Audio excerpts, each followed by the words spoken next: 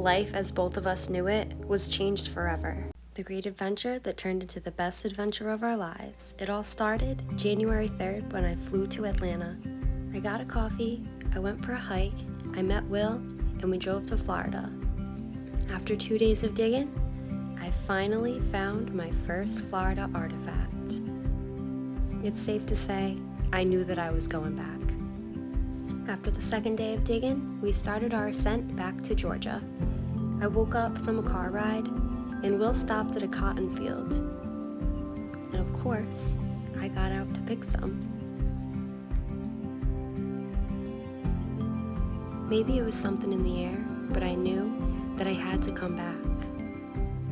2 weeks later, I bought a van, I fixed it up, and I drove back to Georgia. Will was down here working, so while he worked, Leo and I went for hikes. We saw our first armadillo, which was really crazy. We found a secret little beach. And when the time came to say goodbye, we went to North Carolina and we dug some rocks. I'm a bucket and my shovel. I'm a Leo. Just picked up my first tiny crystals. We finally made it back to Rhode Island, and it didn't last long. 3 days later, we were in the White Mountains, enjoying... You wanna go back to Georgia? a lot of snow. Leo took some naps while I skied down the mountains. And a few days later, we were back in Rhode Island. And of course it didn't last long. 2 weeks later, we were heading down to Florida. Little did we know, this was gonna be the greatest adventure, and it was only gonna get better. We spent every single day on the river finding the coolest fossils. And every now and then, I was sent a little sign, almost like a message of guidance. I ate lots of snacks, and I found fossils alongside some unexpected friends. We looked for things, and we found some things. And every single day began a new adventure with unexpected endings. And Will doing some sketchy shit, but he always took me right along with him. On the weekends, we would dig, and dig, and dig, and dig, until finally, we would find some really cool artifacts. We went up the Ichetucknee River, and Will paddled us all the way back, and I've never seen such clear water with so many turtles. My absolute favorite.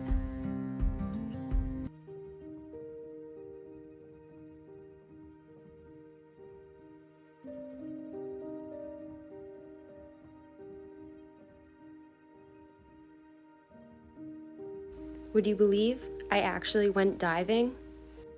The next day, we took Leo up the Rainbow River, and that also was some of the clearest water that I've ever seen in my life.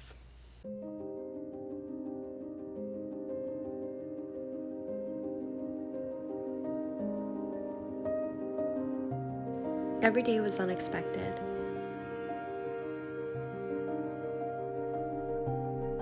This day in particular, we had some really great finds, and on the way back, that happened. Will found the closest house about a quarter mile through the woods, and we walked everything until the sun had gone down and there were crazy noises going through the woods just beside us.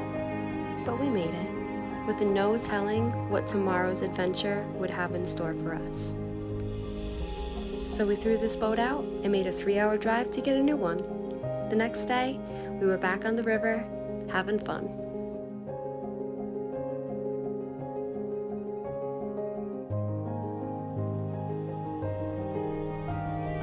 It wasn't often that Leo came out on the river with us because, well, there was a lot of thieves. But every day Leo made new friends, and he was living his best life too.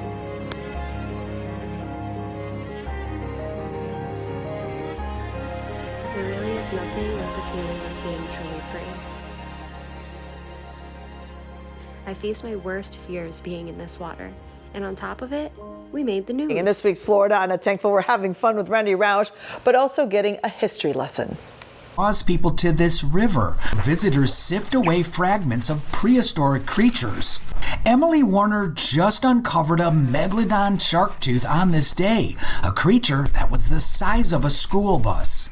It's hard to picture an animal that could be something like in Jurassic Park. Between 12,000 years old and... We found so many incredible fossils. We hit our last day of digging. We found some more really cool artifacts. We hiked an ancient creek bed to a coral quarry. We explored Dame's Cave, which had been occupied thousands of years earlier by the natives, and we made memories that we'll never forget. We hiked some more and went further north to Juniper Springs, a place that we'll never forget. This was the day that life as both of us knew it was changed forever. We just had no idea yet. We said goodbye to our camping spot, and we headed up to Old Salt Beach, where we relaxed for a few hours, until finally heading a little bit further north to our next adventure spot. We explored Fort Caroline. This French fort was established in 1564, and it once held a battle, although the views are spectacular.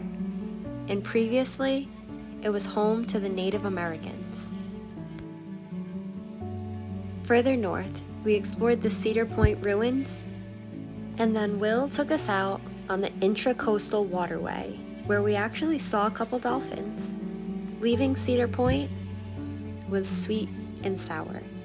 It was our last stop in Florida. But it wasn't our last stop for the journey. Next, we went to Boone's Cave Park in North Carolina. We stood by a 126-year-old cotton tree. We saw more signs, and we went inside the cave where Daniel Boone's hid. Back in Rhode Island, it was like things went back to normal, except I didn't feel the same. We still went on adventures, and one day we found out.